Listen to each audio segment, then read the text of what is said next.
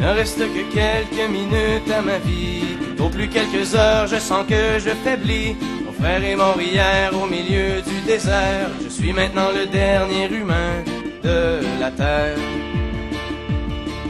On m'a décrit jadis quand j'étais un enfant ce qu'avait l'air le monde il y a très très longtemps, quand vivaient les parents de mon arrière-grand-père, qu'il tombait encore de la neige en hiver. En ces temps on vivait au rythme des saisons, et la fin des étés apportait la moisson.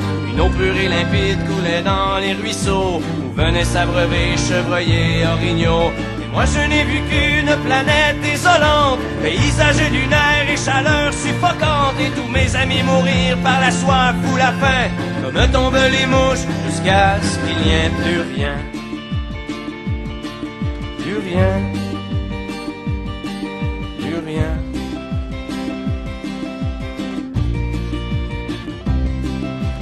Il ne reste que quelques minutes à ma vie, au plus quelques heures, je sens que je faiblis. Mon frère est mort hier au milieu du désert, je suis maintenant le dernier humain de la terre.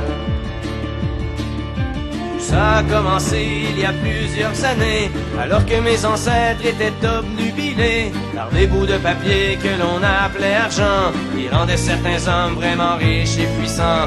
Ces nouveaux dieux ne reculant devant rien, étaient prêts à tout pour arriver à leur fin. Pour s'enrichir encore, ils ont rasé la terre, pollué l'air ambiant et tari les rivières.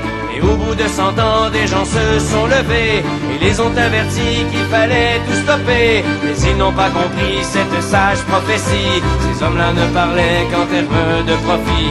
C'est des années plus tard qu'ils ont vu le non-sens, dans la panique on déclarait l'état d'urgence, quand tous les océans ont englouti les îles et que les inondations ont frappé les grandes villes. Et par la suite, pendant toute une décennie, ce fut les ouragans et puis les incendies, les tremblements de terre et la grande sécheresse. Partout sur les visages on lisait la détresse, les gens ont dû se battre contre les pandémies, décimés par millions par d'atroces maladies. Puis les autres sont morts par la soif ou la faim, comme tombent les mouches, jusqu'à ce qu'il n'y ait plus rien. Plus rien. Plus rien.